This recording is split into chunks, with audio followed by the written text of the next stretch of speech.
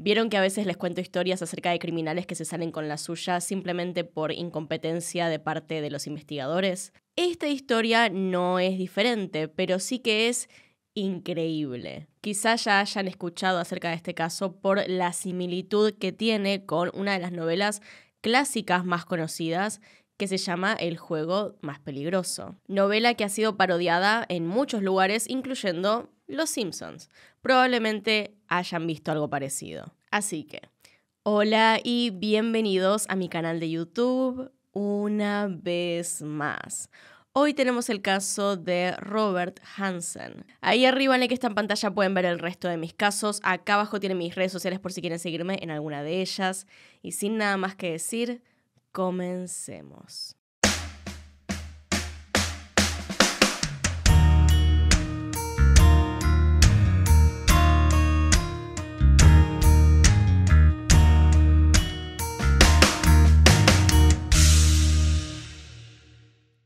Robert Hansen nació el 15 de febrero de 1939 en la ciudad de Estherville, en Iowa, Estados Unidos. Christian Hansen, el patriarca, era un hombre de muy poca paciencia, un inmigrante de Dinamarca que estaba casado con Edna Hansen, una mujer mucho más tranquila que, por lo que sabemos, trataba mucho mejor a Robert. La verdad es que el padre de Robert, sobre todo, era un hombre muy estricto, rozando incluso los niveles de violencia.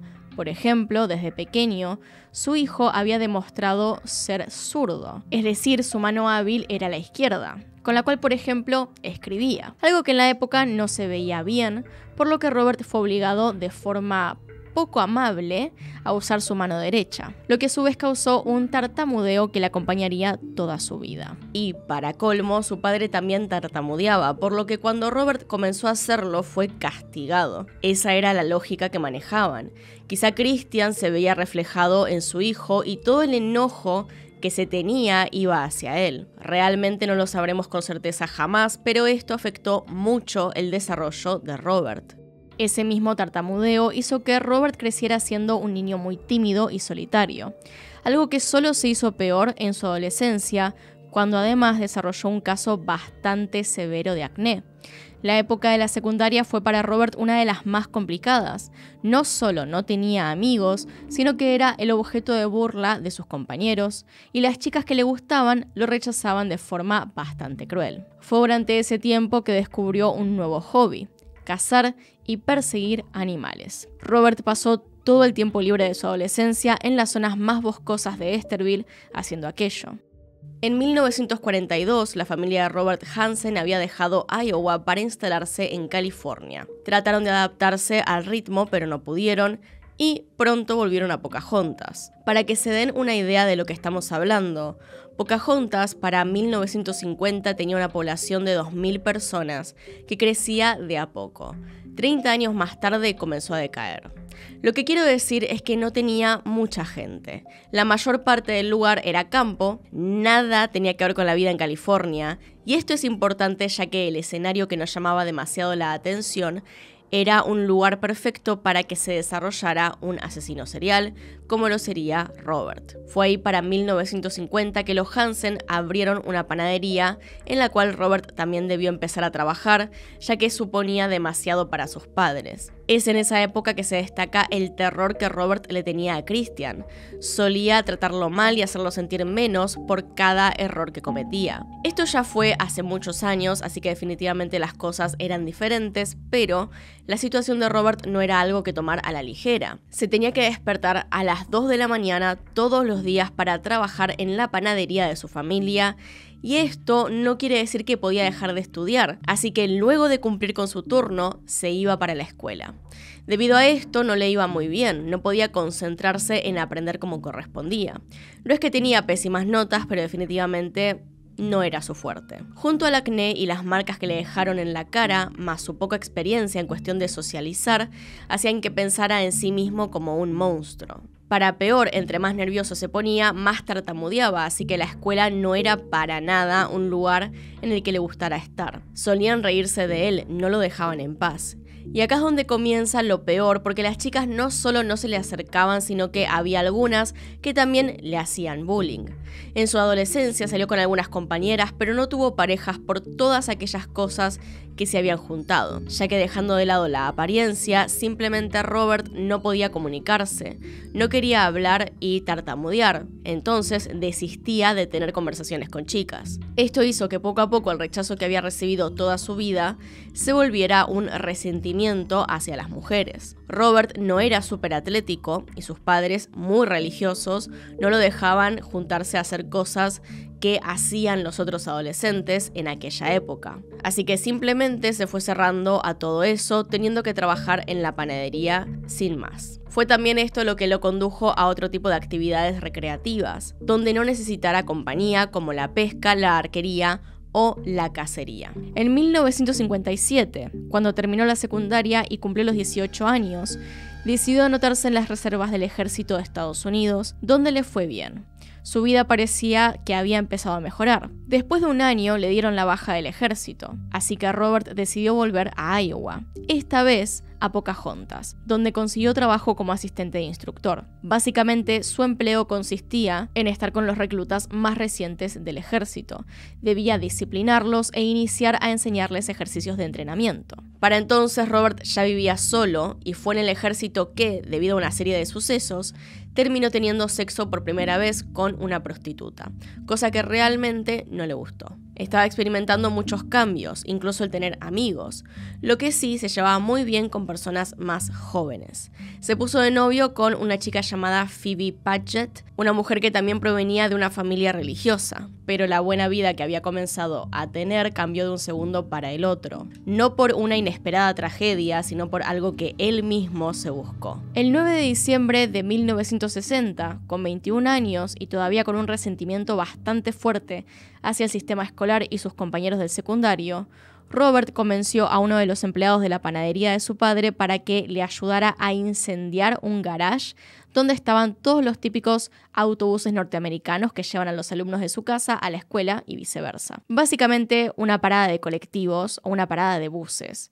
Su cómplice, si bien le ayudó, se arrepintió en el momento y fue a confesar a la policía local, por lo que Robert fue apresado y sentenciado a 3 años de cárcel. La familia Hansen era muy bien vista en el pueblo, especialmente Christian, quien era muy religioso. No podía creer que su hijo pudiera hacer tal cosa y tuviera intenciones aún peores, así que contrató al mejor abogado disponible para defenderlo. Antes de que siquiera supieran el veredicto, la madre de Robert pagó la fianza para que su hijo pudiera ir a la iglesia libremente. También aprovecharon para casarlo con Phoebe.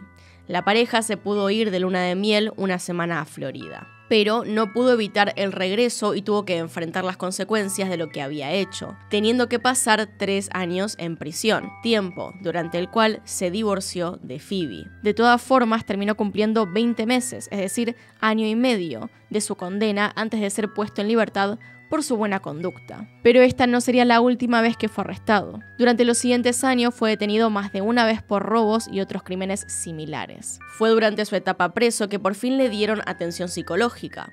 De ahí sabemos que tenía fantasías con hacer pagar a aquellos que le hicieron mal. Especialmente sentía un odio tremendo hacia las chicas que lo habían rechazado y que se habían burlado de su tartamudeo. Quería venganza de todas las formas posibles hacia varias personas de ese pueblo. Claro que intentó pedir la libertad condicional y fue rechazado la primera vez justamente por hablar de esta forma acerca de lo que sentía. Se dio cuenta entonces que había sido un error y que ninguna persona normal lo dejaría salir si decía que quería hacer explotar la comisaría, por ejemplo. Fue eso lo que hizo que mejorara, en teoría, comenzó a comportarse bien y a ser un prisionero ejemplar.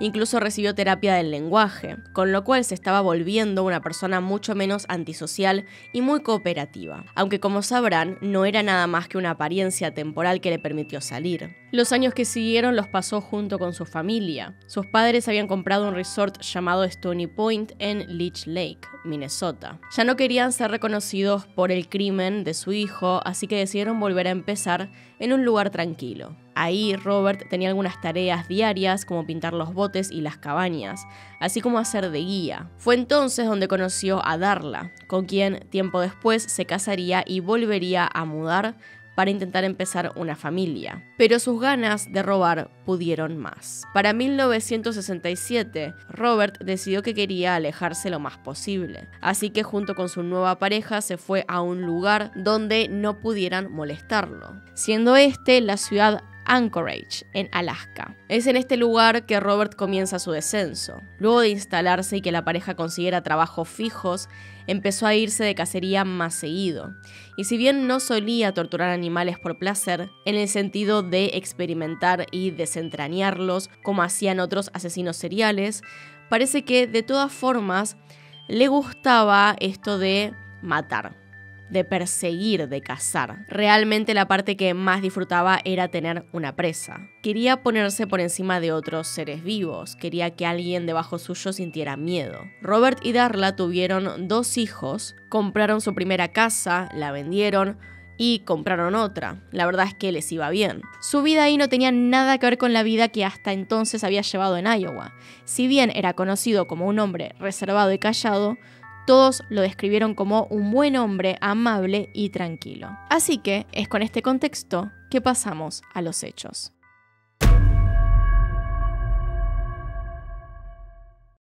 De nuevo, esta época de tranquilidad tampoco duró demasiado en su vida. En el año 1972, a 5 años de haberse establecido en Anchorage, Robert fue detenido y acusado de 3 cargos diferentes: intento de secuestro, intento de abuso sexual de una ama de casa y ataque sexual hacia una prostituta. Por estos 3 cargos fue nuevamente sentenciado a prisión, aunque estuvo ahí solo 6 meses antes de que se le otorgara libertad condicional.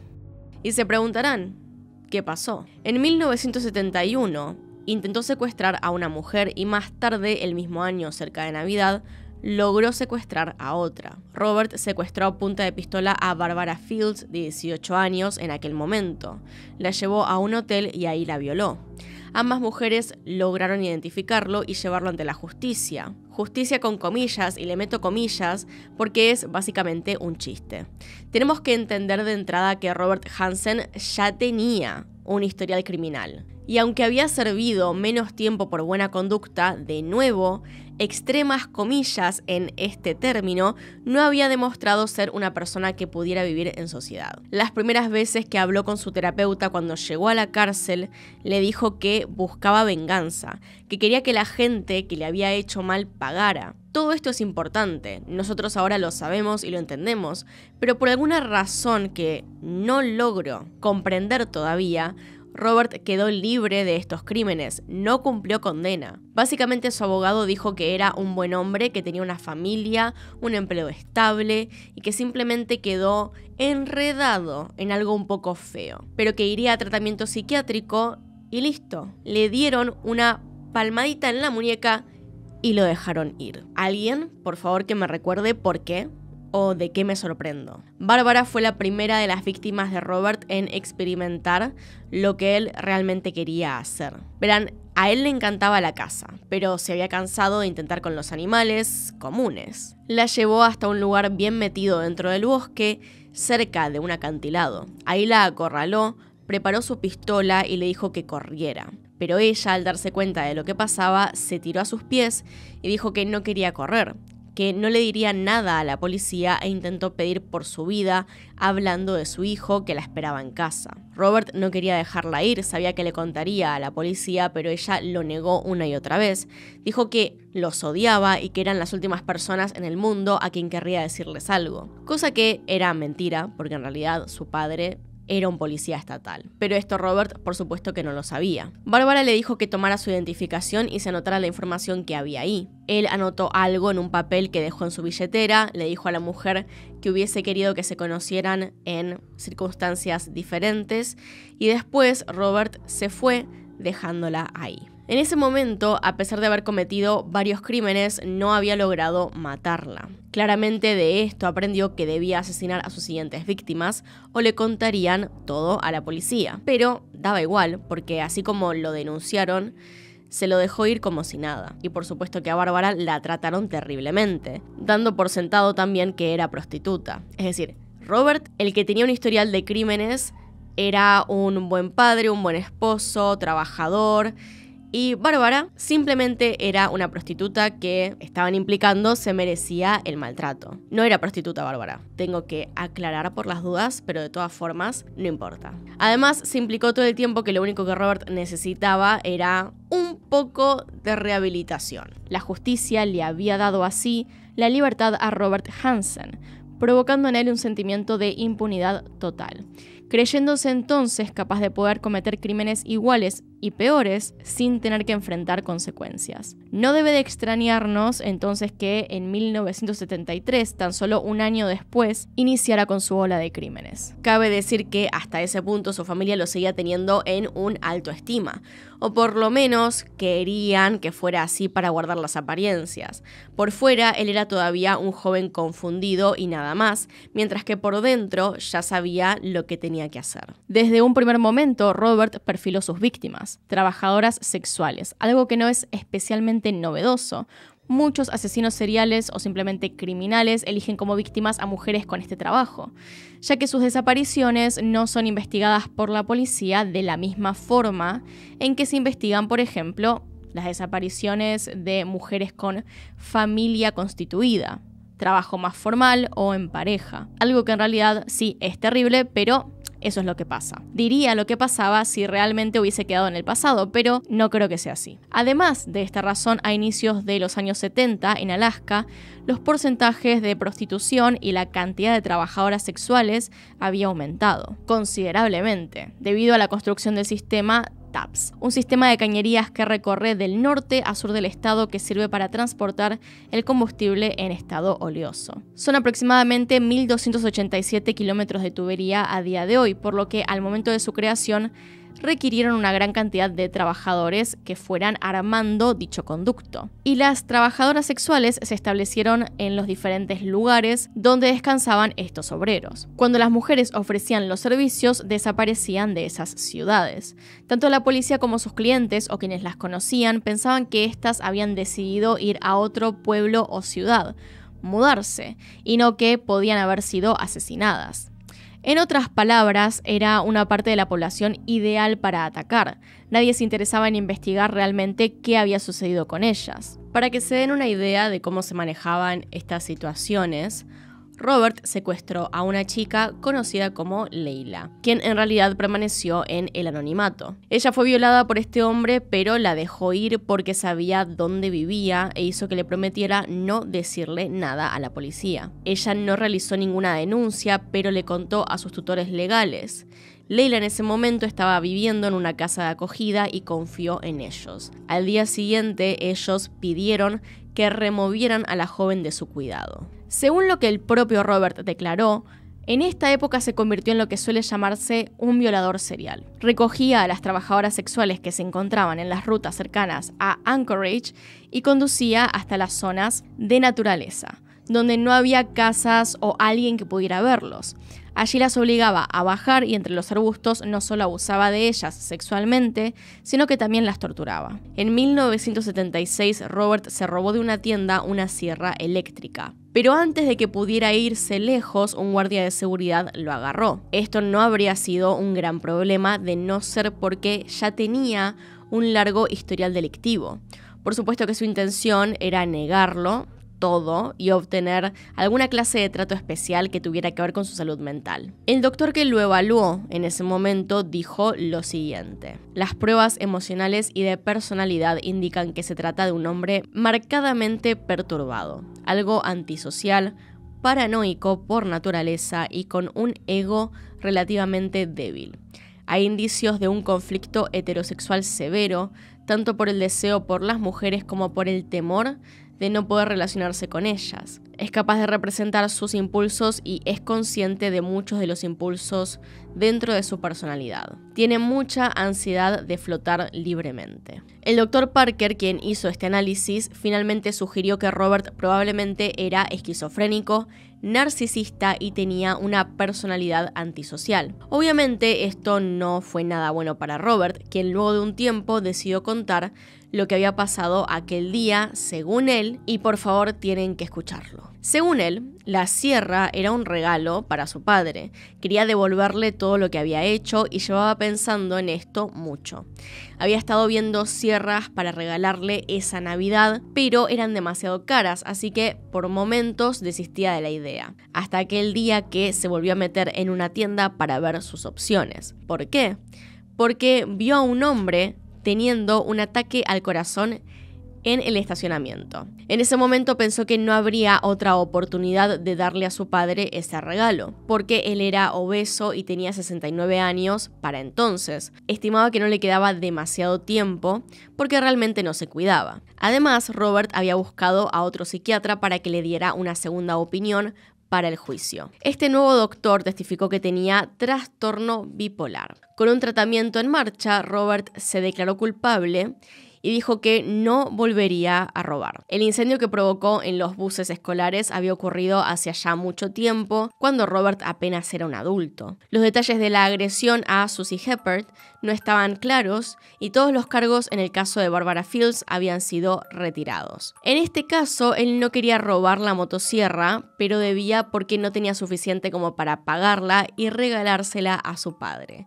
Así que era simplemente un joven confundido e inocente, una persona de bien que solamente quería regalarle a su padre algo especial y no podía porque no ganaba lo suficiente. El juez condenó a Robert a 5 años de prisión, aunque había dudas sobre dónde tendría que cumplir ese tiempo. Lo más probable era que el departamento correccional mandara a Robert al Instituto Correccional Juneau, una prisión sin atención psiquiátrica disponible. Su abogado apeló esta sentencia y al final cumpliría 2 años en Juneau y luego sería trasladado a Eagle River. El tratamiento psiquiátrico de Robert se detuvo durante el tiempo que sirvió en Juneau.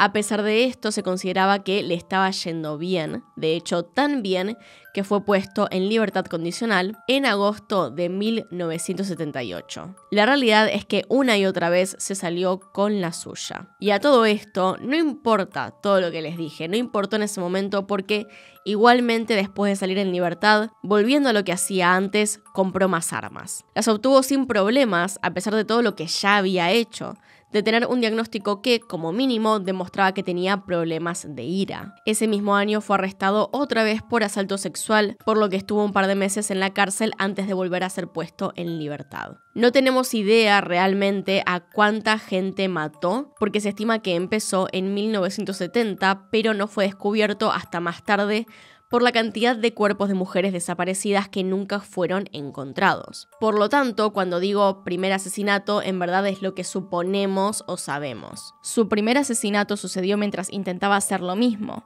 Se acercó a una chica en la ciudad y la subió a su auto antes de comenzar a manejar hacia las afueras. Para asegurarse que la chica se quedara tranquila, Robert se mantuvo apuntándola con un arma. Pero lejos de asustarla, la joven decidió poner resistencia. Después de una pelea por el control del arma, Robert la apuñaló con su cuchillo de caza, cortando su cuello. No queda claro si su víctima falleció en el auto o si todavía seguía con vida cuando el panadero la abandonó en la zona boscosa junto a la ruta, afuera de Anchorage. Su cuerpo fue encontrado recién en 1980 y para entonces su rostro y cualquier otro rasgo distintivo eran irreconocibles. Incluso cuando el primer asesinato había sido bastante desprolijo e inesperado, siguió haciendo crecer en Robert la sensación de que podía hacer lo que deseaba, y lo cierto es que un poco sí fue así. Desde 1973 hasta 1983, es decir, en 10 años, Robert recogió al menos 30 mujeres en el distrito de la ciudad de Anchorage, conocido por concentrar a las trabajadoras sexuales. Desde allí, con su avioneta de caza, las llevaba a zonas naturales o bosques donde abusaba de ellas. Aquellas que eran complacientes, por así decirlo, las llevaba de vuelta a la ciudad vivas.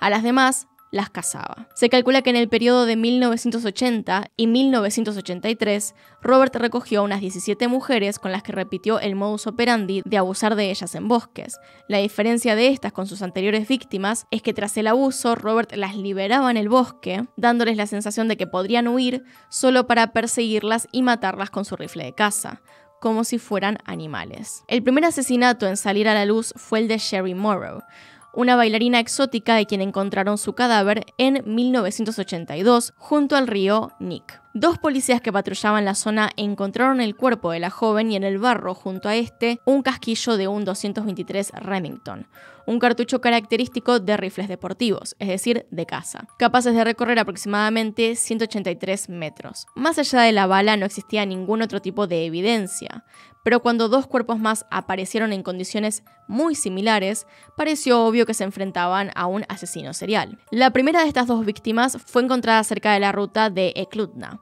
y nunca pudo ser identificada.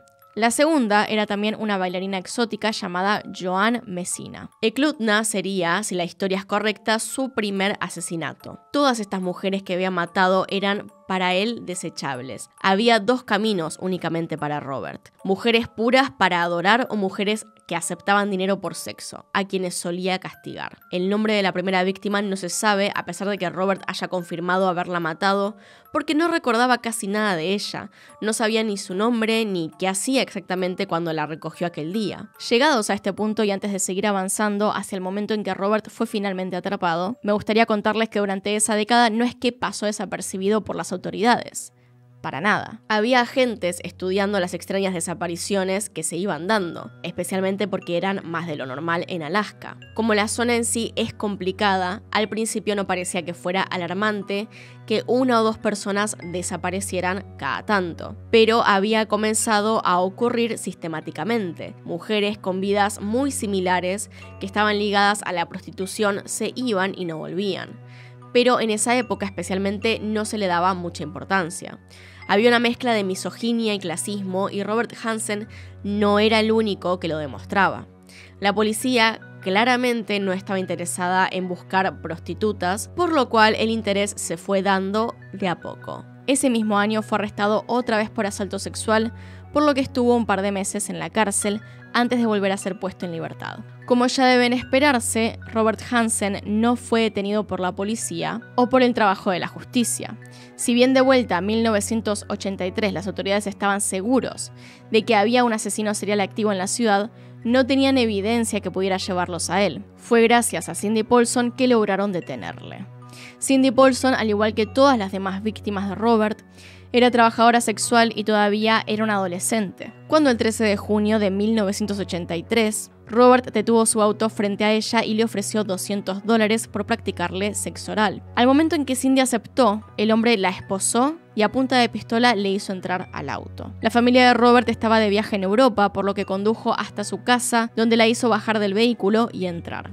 Allí abusó sexualmente de ella varias veces, antes de obligarla a volver al auto para conducirla hasta el aeropuerto, donde estaba su avioneta, con intenciones de llevarla al bosque para repetir su caza. Robert estaba cargando la avioneta con los suplementos necesarios cuando Cindy vio su oportunidad y salió corriendo. Un camionero que conducía por la zona fue quien vio a la chica, todavía esposada, gritando por ayuda, por lo que se detuvo para subirla a su camión y la llevó hasta un motel de la ruta, desde donde llamaron a la policía. Cindy fue capaz de decirle a los oficiales el color de la avioneta como el número de su cola, lo que vendría a ser la matrícula. Con los datos proporcionados por Cindy Paulson, la policía de Anchorage fue capaz de identificar al dueño de la avioneta, Robert Hansen, y tras mostrarle su imagen a la víctima, esta lo reconoció como su atacante, por lo que rápidamente se emitió una orden de captura para él y se empezó a interrogar a su entorno. 2 de los amigos de Robert, sin embargo, aseguraron que el 13 de junio este había estado con ellos, ofreciéndole así una coartada, por lo que no pudieron presentar cargos oficialmente. El 2 de septiembre de ese mismo año se encontró otro cuerpo con las mismas características que las anteriores víctimas, y la propia Cindy. Identificada como Paula Golding, se pudo determinar que la joven también era trabajadora sexual. Con la aparición de esta nueva víctima, la investigación volvió a centrarse en Robert, y esta vez la policía de Alaska contó con la ayuda del FBI, quienes se enviaron a su perfilador, para ayudarles a entender quién era el individuo tras los crímenes. El experto llegó a la conclusión de que el asesino era un hombre con muy baja autoestima, con una historia de rechazo por las mujeres y sobre todo con experiencia en la caza.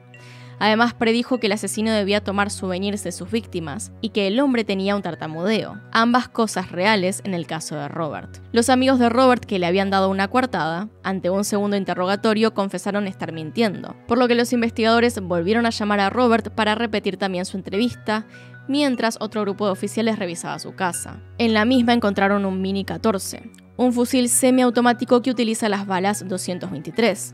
Además del arma con que se habían cometido los crímenes, encontraron también las identificaciones de varias de sus víctimas, joyas y otras pertenencias de las mujeres a las que había asesinado. Esta era más que la evidencia necesaria para culparlo por el asesinato de las 4 mujeres que habían desaparecido desde 1982, además del secuestro y violación de Cindy Paulson. Habiéndose hecho oficiales los cargos, Hansen admitió ser culpable de los 4 y accedió a confesar todos sus crímenes con la condición de ser enviado a una prisión federal y evitar que la información de sus crímenes trascendiera a los medios. Frente a un mapa de la ciudad, Robert fue marcando con X 17 lugares donde estaban enterradas diferentes víctimas, aunque se presume que podrían haber existido muchas más. El juicio se llevó a cabo el 18 de enero de 1984, a unos días de que Robert Hansen hubiera cumplido los 45 años. En el mismo fue sentenciado a cadena perpetua, además de 461 años de prisión, sin posibilidad de libertad condicional. En primera instancia fue llevado a la prisión de Lewisburg, en Pensilvania, pero posteriormente fue trasladado de vuelta a Alaska, en Lemon Creek Correctional Center. Ahora sí, Robert Hansen no pudo eludir a la justicia. Tuvo que quedarse en la cárcel el resto de su vida. Lo interesante es que se portó bastante bien. Ahí trabajó como barbero y sus amigos, tuvo una vida sin sobresaltos o algo importante para contar. A grandes rasgos, Robert era un panadero un tanto raro, una persona que no solía comunicarse bien con otros adultos y se rehusaba a pasar mucho tiempo con sus hijos. Antes de ser descubierto, le había propuesto a su esposa que se lo llevara de viaje por Europa, esto con el propósito de poder trabajar tranquilo. Esa fue la etapa en la que buscaba mujeres solteras y las juzgaba para ver si las mataba o no. Para él todo esto no era más que un juego. La realidad es que nunca se confirmó si fue inspirado por algo o simplemente quiso cazar mujeres porque le parecía divertido. Pero hay una clara semejanza entre lo que hizo y el juego más peligroso. El 19 de enero de 1924, en la revista Collier's apareció un cuento de Richard Connell titulado The Most Dangerous Game. Cuenta la historia del cazador Sanger Rainsford, que viaja a la selva amazónica con un amigo para cazar jaguares. Rainsford finalmente termina varado en una isla del Caribe, pero pronto descubre que no está solo. Se encuentra con otras 2 personas, el general Sarov y su sirviente Iván. Rainsford es perseguido por Sarov en un intento de cazarlo como los jaguares. Le dije novela en un principio, pero es un cuento corto que tuvo varias adaptaciones.